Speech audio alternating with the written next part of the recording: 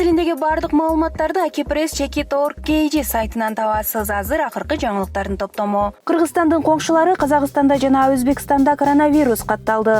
Бул өлкөлөр менен Кыргызстан экономикалык жактан, социалдык жактан жана жарандардагы абдан тыгыз байланышта.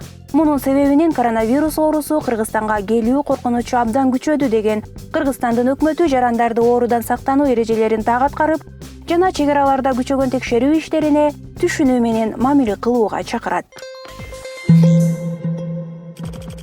Кыргызстандын аймагында медициналык бет каптар өндүрүлүп баштады. Иш учурундагы видеону Алымбек Орозбеков жарыялаган.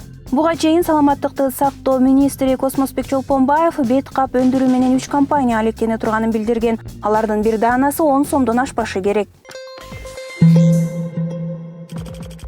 Ошто тонналаган унду кымбат саткан адамдар кармалып, иликтөө иштери жүрүп жатат. Мындай башаламандык, мыйзам бузуулар өлкөнүн бардык аймагында болгон. Өзүн билемдик менен бааны көтөргөн соодагерлерге дагы мыйзамда жоопкерчилик каралганын эскертебиз.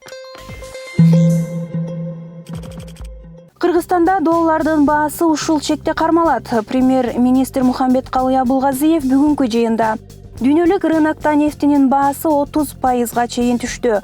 Улуттук банк менен бардык иш-чараларды макулдашып, 73 сомду 1 доллар кылып кабыл алдык. Ушул чекте кармайбыз, деди.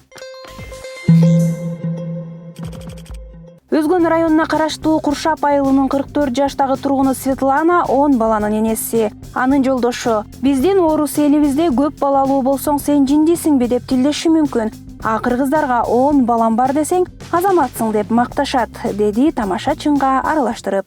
Бардык маалыматтарды уюлдук телефондон эле окусаңыз болот. Ал үчүн баракелде мобилдик тиркемесин көчүрүп алыңыз.